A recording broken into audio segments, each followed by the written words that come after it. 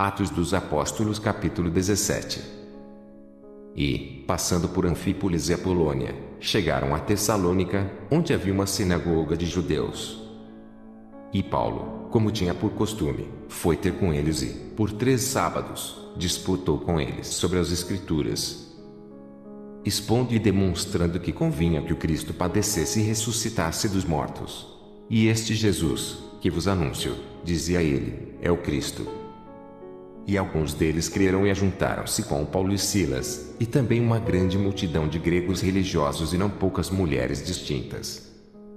Mas os judeus desobedientes, movidos de inveja, tomaram consigo alguns homens perversos dentre os vádios, e, ajuntando o povo, alvoroçaram a cidade, e, assaltando a casa de Jason, procuravam tirá-los para junto do povo. Porém, não os achando, trouxeram Jason e alguns irmãos à presença dos magistrados da cidade, clamando: estes que têm alvoroçado o mundo chegaram também aqui. Os quais Jason recolheu. Todos estes procedem contra os decretos de César, dizendo que há outro rei, Jesus. E alvoroçaram a multidão e os principais da cidade, que ouviram estas coisas. Tendo, porém, recebido satisfação de Jason e dos demais, os soltaram. E logo os irmãos enviaram de noite Paulo e Silas a Bereia, e eles, chegando lá, foram à sinagoga dos judeus. Ora, estes foram mais nobres do que os que estavam em Tessalônica, porque de bom grado receberam a palavra, examinando cada dia nas Escrituras se estas coisas eram assim. De sorte que creram muitos deles, e também mulheres gregas da classe nobre, e não poucos varões. Mas, logo que os judeus de Tessalônica souberam que a palavra de Deus também era anunciada por Paulo em Bereia, foram lá e excitaram as multidões. No mesmo instante, os irmãos mandaram a Paulo que fosse até o mar, mas Silas e Timóteo ficaram ali. E os que acompanhavam Paulo o levaram até Atenas e, recebendo ordem para que Silas e Timóteo fossem ter com ele o mais depressa possível, partiram. E, enquanto Paulo os esperava em Atenas, o seu espírito se comovia em si mesmo, vendo a cidade tão entregue à idolatria.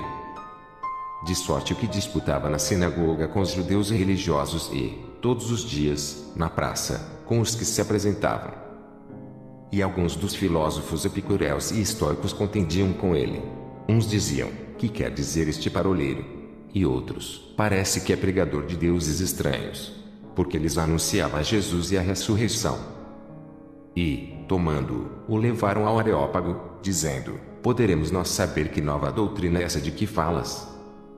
Pois coisas estranhas nos trazes aos ouvidos. Queremos, pois, saber o que vem a ser isso. Pois todos os atenienses e estrangeiros residentes de nenhuma outra coisa se ocupavam senão de dizer e ouvir alguma novidade. E, estando Paulo no meio do Areópago, disse: varões atenienses, em tudo vos vejo um tanto supersticiosos. Porque, passando eu e vendo os vossos santuários, achei também um altar em que estava escrito: ao Deus desconhecido.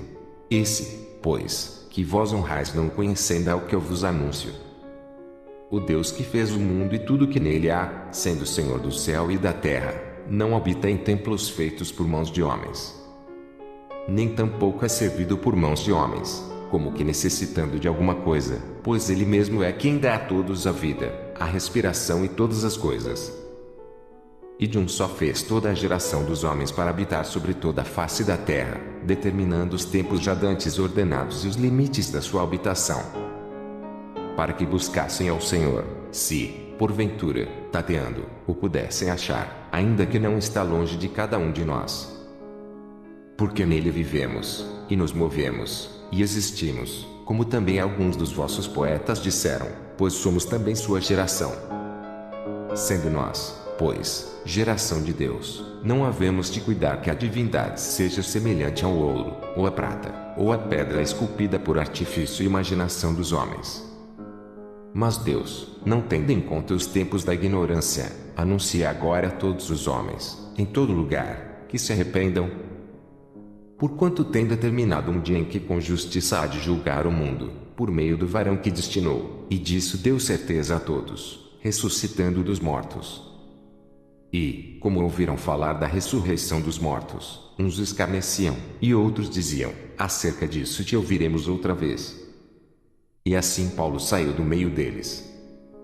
Todavia, chegando alguns varões a ele, creram, entre os quais estava Dionísio, o Areopagita, e uma mulher por nome Dâmaris, e, com eles, outros. Atos dos Apóstolos capítulo 18. Depois disto, partiu Paulo de Atenas e chegou a Corinto. E, achando um certo judeu por nome Áquila, natural do Ponto, que havia pouco tinha vindo da Itália, e Priscila, sua mulher, pois Cláudio tinha mandado que todos os judeus saíssem de Roma, se ajuntou com eles. E, como era do mesmo ofício, ficou com eles, e trabalhava, pois tinham por ofício fazer tendas. E todos os sábados disputava na sinagoga e convencia judeus e gregos. Quando Silas e Timóteo desceram da Macedônia, foi Paulo impulsionado pela palavra, testificando aos judeus que Jesus era o Cristo. Mas, resistindo e blasfemando eles, sacudiu as vestes e disse-lhes: o vosso sangue seja sobre a vossa cabeça, eu estou limpo e, desde agora, parto para os gentios. E, saindo dali, entrou em casa de um homem chamado Tito Justo, que servia a Deus e cuja casa estava junto da sinagoga. E Crispo, principal da sinagoga, creu no Senhor com toda a sua casa. Também muitos dos coríntios, ouvindo-o, creram e foram batizados. E disse o Senhor, em visão, a Paulo: não temas, mas fale e não te cales. Porque eu sou contigo, e ninguém lançará mão de ti para te fazer mal, pois tenho muito povo nesta cidade. E ficou ali 1 ano e 6 meses, ensinando entre eles a palavra de Deus. Mas, sendo Galho procônsul da Acaia, levantaram-se os judeus concordemente contra Paulo e o levaram ao tribunal, dizendo: este persuade os homens a servir a Deus contra a lei. E, querendo Paulo abrir a boca, disse Galho aos judeus: se houvesse, ó judeus, algum agravo ou crime enorme, com razão vos sofreria. Mas, se a questão é de palavras, e de nomes, e da lei que entre vós há, vede vós mesmos, porque eu não quero ser juiz dessas coisas. E expulsou-os do tribunal. Então, todos agarraram Sóstenes, principal da sinagoga, e o feriram diante do tribunal, porém, a Galho nada destas coisas o incomodava. E Paulo, ficando ainda ali muitos dias, despediu-se dos irmãos e dali navegou para a Síria e, com ele, Priscila e Áquila, tendo rapado a cabeça em Cencreia, porque tinha voto.